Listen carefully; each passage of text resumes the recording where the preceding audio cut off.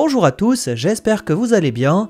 Aujourd'hui dans cette vidéo, on va parler, comme vous l'avez vu dans le titre, de la saison 3 du Seigneur des Anneaux, les Anneaux de Pouvoir, parce que oui, mine de rien, depuis la fin de la saison 2 qui s'est terminée l'année dernière, il y a eu pas mal de déclarations qui ont été faites par-ci et là. C'est donc l'occasion rêvée de se lancer enfin sur le début de la saison 3, après la saison 2 qui laisse un goût un petit peu d'inachevé par certains endroits, mais satisfaisante de mon point de vue sur d'autres aspects. Le problème c'est que les saisons 1 et 2 ont posé pas mal d'informations, dans le désordre certes et ne respectant pas forcément bien les livres par moments, ce qui m'a d'ailleurs pas mal crispé sur certains éléments, notamment la forge des anneaux des elfes avant les autres. Elle reste globalement assez décevante cette saison 2 et elle n'a peut-être pas corrigé tous les défauts inhérents à la saison 1, mais on va quand même souhaiter le meilleur pour cette saison 3 avec notamment quelque chose qui nous fera enfin véritablement voyager dans l'univers du Seigneur des Anneaux. D'ailleurs au passage, je suis en train de planifier un voyage en Irlande du Nord très prochainement et grâce à mon VPN, je me suis rendu compte que le prix des billets et de l'hôtel était bien moins cher lorsque je me localisais hors France. Ça tombe bien parce que vous pouvez vous aussi en profiter grâce à Surfshark qui sponsorise cette vidéo. Vous le savez, mais lorsqu'on navigue sur le net, on laisse des traces qui exposent nos données. Le VPN est un outil qui te rend invisible en cryptant tes données grâce à un tunnel sécurisé. Surfshark permet d'éviter les restrictions dans certains pays tout en donnant accès à un catalogue étendu pour les plateformes de streaming comme Netflix par exemple. Vous aurez aussi la possibilité d'accéder à Surfshark One qui comporte beaucoup d'avantages comme un antivirus ou bien un système d'alerte afin de vous protéger en temps réel sur internet. En prime, Surfshark permet de connecter un nombre illimité d'appareils, de quoi en faire profiter toute la famille et tes amis, et perso je pense que c'est un atout indéniable qui me fait pencher en faveur de Surfshark VPN.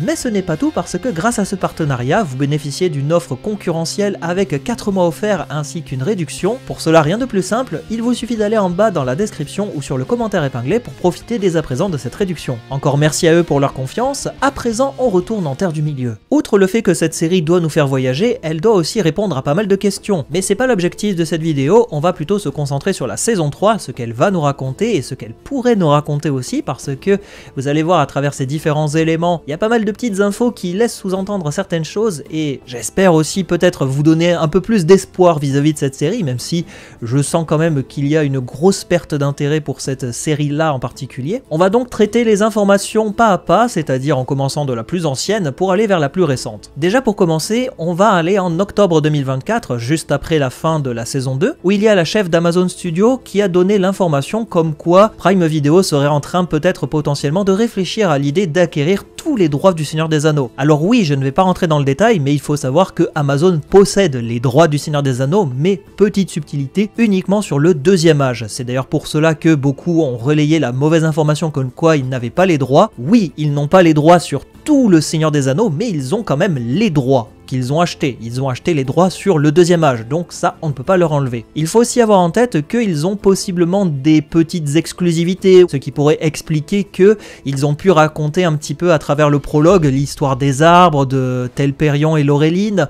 nous montrer aussi Finrod qui n'apparaît que dans le premier âge, donc il y a quand même pas mal de choses à ce niveau-là qui mériteraient d'être un petit peu creusées. Pour revenir sur cette news, ce qui est intriguant, c'est que pourquoi acheter tous les droits du Seigneur des Anneaux? Est-ce que Amazon est très content de voir les résultats, sachant qu'ils ont déjà mis plus de 500 millions dans l'achat des droits puis le développement de la série? Il y avait énormément de rumeurs qui disaient qu'on aurait une série sur l'histoire de Gollum ou bien la jeunesse d'Aragorn. Ça revenait beaucoup cette histoire sur la jeunesse d'Aragorn d'ailleurs. Est-ce que à travers cette information-là, Amazon ne sous-entend pas peut-être vouloir acquérir plus de droits pour adapter plus de choses? En attendant, c'est une question qui mérite d'être posée et pour le coup, j'aimerais savoir ce que vous en pensez.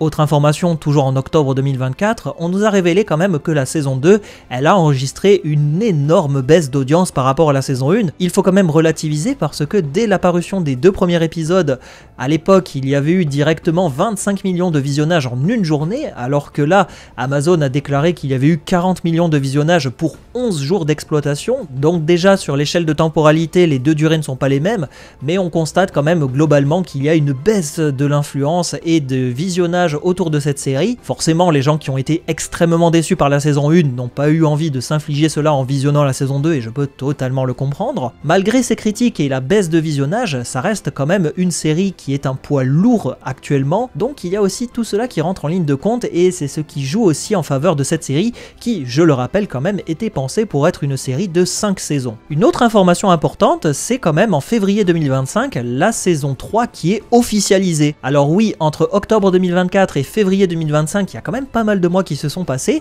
et c'est très curieux d'ailleurs d'attendre autant de temps pour officialiser le début de cette saison 3. On va pas se mentir, en février 2024, les deux showrunners disaient quand même qu'ils avaient commencé le travail sur la saison 3. La seule chose à retenir, c'est que les showrunners avaient dit que, à l'époque, ils étaient en train de travailler sur l'établissement du plan initial de l'histoire. Cela sous-entend qu'on risque de franchir un nouveau cap dans cette saison 3 et que ça va être le point de départ d'une autre histoire. Et c'est le cas, on va le voir juste après avec l'information suivante. Mais là où je veux en venir quand même avec cette histoire de renouvellement, c'est que c'est assez curieux que Amazon décide d'officialiser cette saison 3 très tardivement quand même. Par rapport à la saison 2 des Anneaux de Pouvoir qui avait été officialisée avant même la diffusion de la saison 1, on est quand même en droit de se demander pourquoi ils ont mis autant de temps. À travers cette officialisation, on a eu aussi pas mal d'informations sur le devenir de cette saison 3 et notamment le cadre géo-historique un petit peu, avec cette information et non des moindres comme quoi on va avoir un saut temporel et que la saison 3 va se dérouler quelques années après la saison 2. Cette officialisation s'est accompagnée aussi d'un synopsis que je vais vous lire.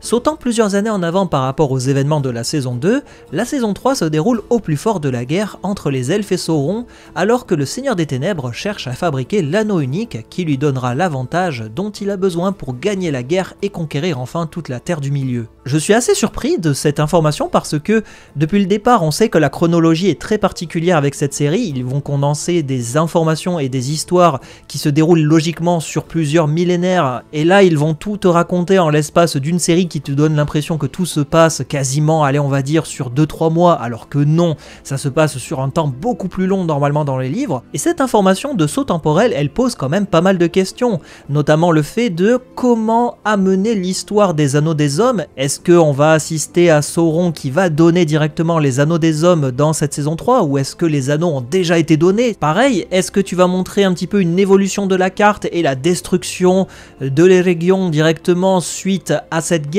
ou pas du tout? Est-ce que tu vas montrer autre chose, l'installation de Sauron directement à Barad-dûr ou la construction même de Barad-dûr, les débuts des édifications aussi de Foncombe et toutes ces intrigues aussi autour des Anneaux des Nains? Comment justifier que les nains vont être pervertis tous après avoir porté ces anneaux? Sans parler aussi de toutes ces intrigues entre le frère de Durin et le prince ou même roi Durin désormais. Donc voilà, il y a pas mal de choses qui mériteraient d'être creusées et aussi ce qui pourrait être intéressant, c'est tout ce qui se passe du point de vue de Númenor. Est-ce qu'on va avoir vraiment une lutte de pouvoir? Est-ce que Isildur va revenir directement à Númenor? Pour moi, cette question de saut dans le temps, elle est quand même à double tranchant.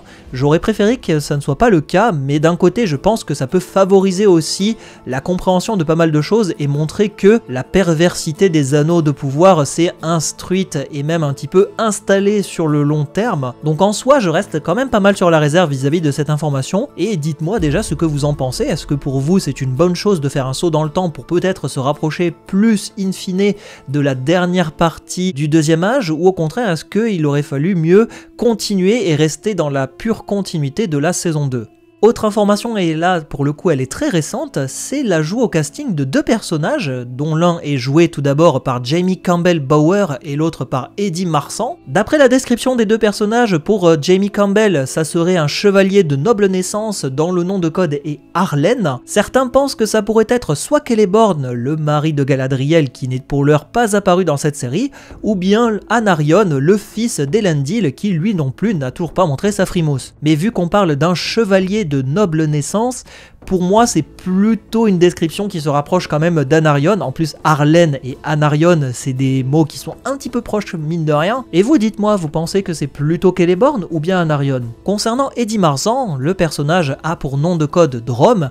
On sait dans la description qu'il a un frère et que ce rôle nécessite d'avoir un accent écossais pour être joué. Donc déjà dans la description c'est totalement cramé que ce personnage va être le frère du roi Durin, le nouveau roi qu'on a vu à la fin de la saison 2. Forcément l'acteur de Durin étant gallois, il a un accent particulier et son frère, qui serait possiblement joué par Eddie Marsan, aurait un accent écossais, donc là aussi quelque chose d'assez étrange, mais également pas totalement déconnant, parce que en montrant deux accents différents, mais quand même en étant sur les îles britanniques, là tu nous montres quand même qu'il y a une différence peut-être de clans, et c'est ça qu'ils veulent faire jouer, des clans nains différents, et c'est ça que je trouve intéressant en ajoutant toute cette diversité linguistique. En plus, le fait que les deux personnages ont des accents forts, ça permettra aussi de montrer qu'ils n'ont pas grandi dans les mêmes contrées et ça pourra encore plus accentuer cette opposition à venir entre le frère, le fameux Drom, et le roi Durin. Et là pour le coup je vais revenir un petit peu en arrière, mais en juillet 2024 lors du Comic-Con à San Diego, les deux showrunners avaient déclaré que